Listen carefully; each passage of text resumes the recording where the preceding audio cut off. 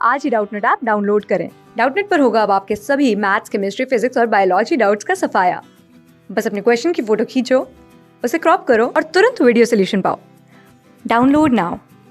नमस्कार दोस्तों, हमारा प्रश्न है कि निम्नलिखित में से कौन सा कथन सदैव सत्य है। दोस्तों हमें बताना है कि यहाँ पर हमें 4 कथन दिए गए हैं, हमारा बताना है कि कौन सा कथन हमारे कथन जो है पूर्णतः सत्य है। ठीक है, तो दोस्तों हम एक एक करके कथन की समीक्षा करते हैं और देखते हैं कि कौन सा कथन हमारा बिल्कुल सही है। ठीक है, तो सबसे पहले हम एक एक करके देखते हैं।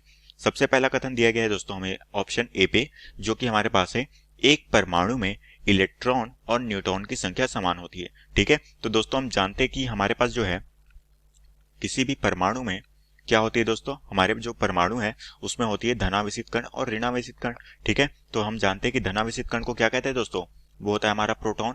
ठीक है, और ऋणावेशित कण को कौन सा होता है, ये होता है दोस्तों इलेक्ट्रॉन। ठीक है, और दोस्तों हमारे परमाणु में प्रोटॉन और इलेक्ट्रॉन इन दोनों की संख्या क्या होती है, बराबर होती है। ठीक है, क्योंकि दोस्तों हमारा जो परमाणु है वो विद्युत उदासीन होता है। और दोस्तों यहाँ पर जो है वो हमारी न्यूट्रॉन की संख्या भी पाई जाती है, क्योंकि दोस्तों हमारे परमाणु में क्या होते हैं, 3 कण पाए जाते हैं, जो कि होते हैं प्रोटॉन, न्यूट्रॉन और इलेक्ट्रॉन। प्रोटॉन पे धनावेशित कण, इलेक्ट्रॉन पे ऋणावेशित कण, और ये हमारी न्यूट्रॉन जो कि होती है उदासीन कण।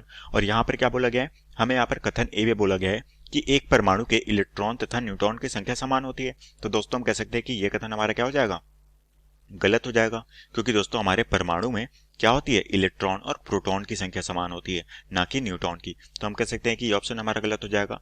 ठीक है, उसी तरह से हमें दूसरा कथन दिया गया है जो कि हमारे पास है ऑप्शन बी। ये हमें कहा गया है कि एक परमाणु में प्रोटॉन, न्यूट्रॉन तथा इलेक्ट्रॉन की संख्या समान होती है। तो दोस्तों हम कह सकते हैं कि ये भी ऑप्शन गलत है, क्योंकि दोस्तों हमारी क्या होती है, परमाणु में प्रोटॉन और इलेक्ट्रॉन इन दोनों की संख्या समान होती है, ना कि न्यूट्रॉन की संख्या। और यहाँ पर तीनों को समान बोला गया है, तो हम कह सकते हैं कि ये कथन भी दोस्तों हमारा क्या हो जाएगा, गलत हो जाएगा।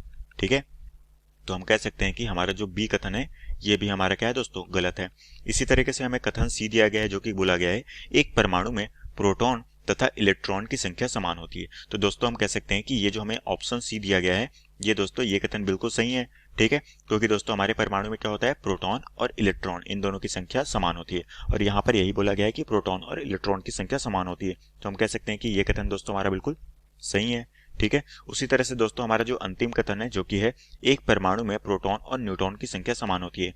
तो दोस्तों यहाँ पर प्रोटॉन और न्यूट्रॉन को समान कहा गया है, तो हम कह सकते हैं कि ये कथन दोस्तों हमारा क्या हो जाएगा, गलत हो जाएगा। ठीक है, तो दोस्तों हमें यहाँ पर सही कथन की पहचान करनी थी, तो हम कह सकते हैं कि जो हमारा ऑप्शन सी है ये हमारे प्रश्न का बिल्कुल सही उत्तर है। ठीक है, तो आशा करता हूँ दोस्तों आपको ये प्रश्न समझ आया होगा। धन्यवाद। क्लास 6 से 12 से लेके नीट, IIT, जेईई मेंस और एडवांस के लेवल तक 10 मिलियन से ज्यादा स्टूडेंट्स का भरोसा। आज ही डाउनलोड करें डाउटनेट ऐप या व्हाट्सएप कीजिए अपने डाउट्स 8400 400 400 पर।